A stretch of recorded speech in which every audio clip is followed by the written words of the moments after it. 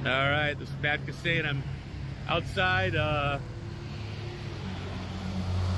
6978 Soul Food here in the far west side of Chicago, right down the street from Oak Park. And this used to be the former home of Hoagie's Sandwich Shop back in the 70s and the 80s, where my good buddy Joe Cantafio, who I'm going to meet in a few minutes, is going to tell us an unbelievable story about hanging out here one night with Frank Sinatra. You heard me. When it was Hoagie's, like 1979, I think. Anyway, Joe's got the story.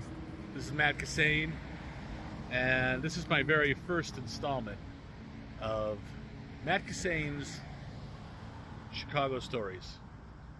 So stick around.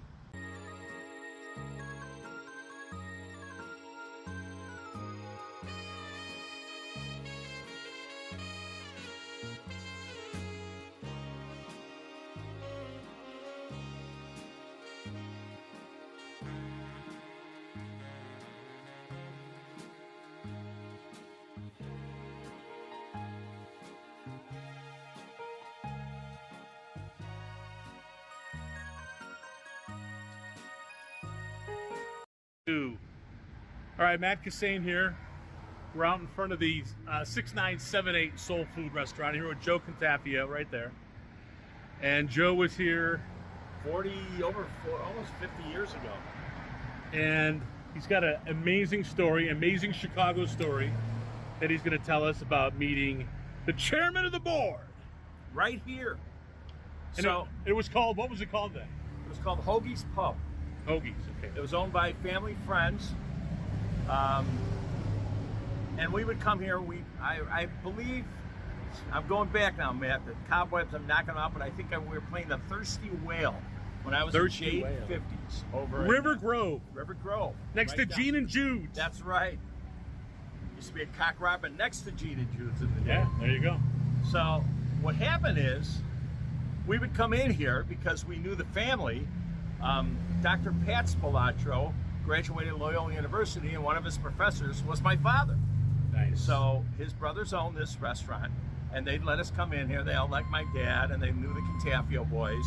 So we would come in here, and All right, so you guys are playing the Thirsty Whale? Thirsty Whale, and we come here after hours because they let us in, because they knew our family. They had a great hamburger, the Hoagie Burger. Hoagie Burger. And we're here, so it's like, I don't know, 2, 3 o'clock in the morning. They let us stay. The place is closed. Okay. Well, it's closed. It's closed. Closed to the public. To the public. But Okay. we're in there. And I remember Keith Grant was with me. It might have been Ray Lapine, our drummer, Okay. and myself, and maybe Tom Holly, our keyboard player. And we're in here having a good time, telling stories, acting like we're cool rock stars. All right. And this door right behind me, right here, Matt. This door opens up. We're sitting inside. And in walks Michael Spilatro with his partner, Robert Conrad, the movie star. And we're like, Baba Black Sheep, bye-bye. Wild Wild West. the battery guy. The battery That's guy. right, not gonna like this up. And we're there, and I'm thinking, oh my goodness, Robert Conrad, how cool is this? Wild West was my favorite show. Then a little guy walks in who I later found out was a guy named Jilly Rizzo. Sinatra's bodyguard. Right. And then I believe it was Tony Spilatro walked in, and he was followed by a guy wearing a captain's hat. I'll never forget, it was like a powder blue members only jacket, razor sharp creases in his pants. And I looked at him, and he was so famous that I couldn't think of who he was. You ever have that where you look at somebody and go, oh my God, that's, and I stood You were in up. shock. You were in I shock. was shocked. Yeah. And I look up and I go, oh my God, Frank Sinatra. Yeah. I love you. And Yeah. he gets this big white tooth smile on his face. And he goes, I love you too, babe. And everybody starts laughing. And I get up to go around and shake his hand. I want to, and Michael Spilatro goes, sit down, Joey. And I go, but I just want to. And he interrupts me right there, and he goes, everybody just wants to. Go sit down. So I go sit down, and I believe they just went in and played some cards or whatever they did in the back, laughing and hooting it up. And I was just like, I just saw Frank Sinatra. How cool is that? It's very cool, man. Yeah. Now, there was a good chance, we're trying to figure out the timeline. We haven't gotten it figured out yet, but we'll try to get it straight. But there's a good chance Sinatra headlined Chicago Fest. I think it's 78 or 79. Right. So that may have been like a little after party, because you said he loved their food, right? Right. Well, he loved from what I told Dr. Spilotro this story, and he told me that Frank Sinatra loved his brother Michael, just loved him. So I got a cool Sinatra story about Chicago Fest. So Okay. Lou Valpano, who's the guy who invented Chicago Fest, told me that Jane Byrne was all excited that they had Frank Sinatra coming to Chicago Fest.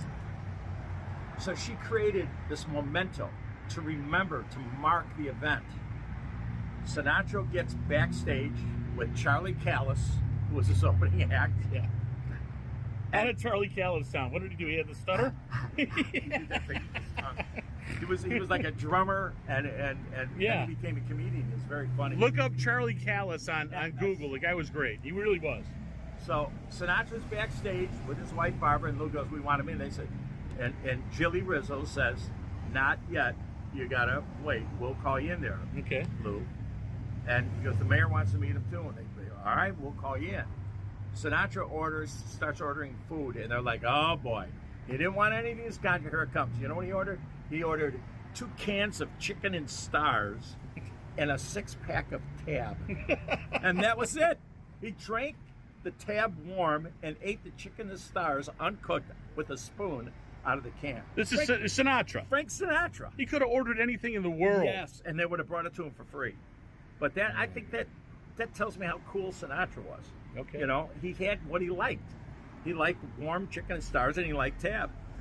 And so now, come on in, Miss Mayor, and bring in Lou Valpano. And he goes, "Louis, come on in." They walk in. Jane Byrne. And Lou Valpano, Frank Sinatra, Charlie Callis, Jilly Rizzo, and Barbara Sinatra.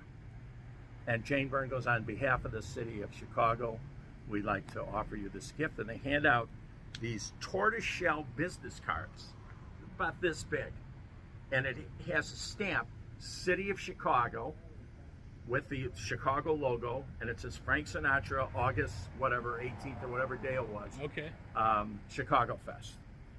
And Sinatra looks at it, and he goes, "Louis, what is it?" And Lou goes, "Well, you open it up, and that's where you will put your business cards." And he folds it up, and he throws it back at Lou, and he goes, "What do I need with business cards?" Yeah. I mean, Frank Sinatra, give me a call. I'll play your private part. Come on. And that thought out well, but Lou still told me he still has that gift that was for Sinatra. He kept it. He kept it. He kept it, yeah. See, So now that could probably fetch a pretty penny. Yes. Lou has some of the best rock and roll stories I've ever heard. That's a good one, man. Yeah. All right, we're here with Joe Cantafio, and we're outside what is currently 6978 Soul Food, but back in the day, famous place known as Hoagie's. I grew up across the street in Oak Park. All right, Joe. Well, thank you so much for telling us that amazing story. Once again, Matt Kissane here with Joe Cantafio, another Chicago story. All right, we're signing off. Take care. Bye.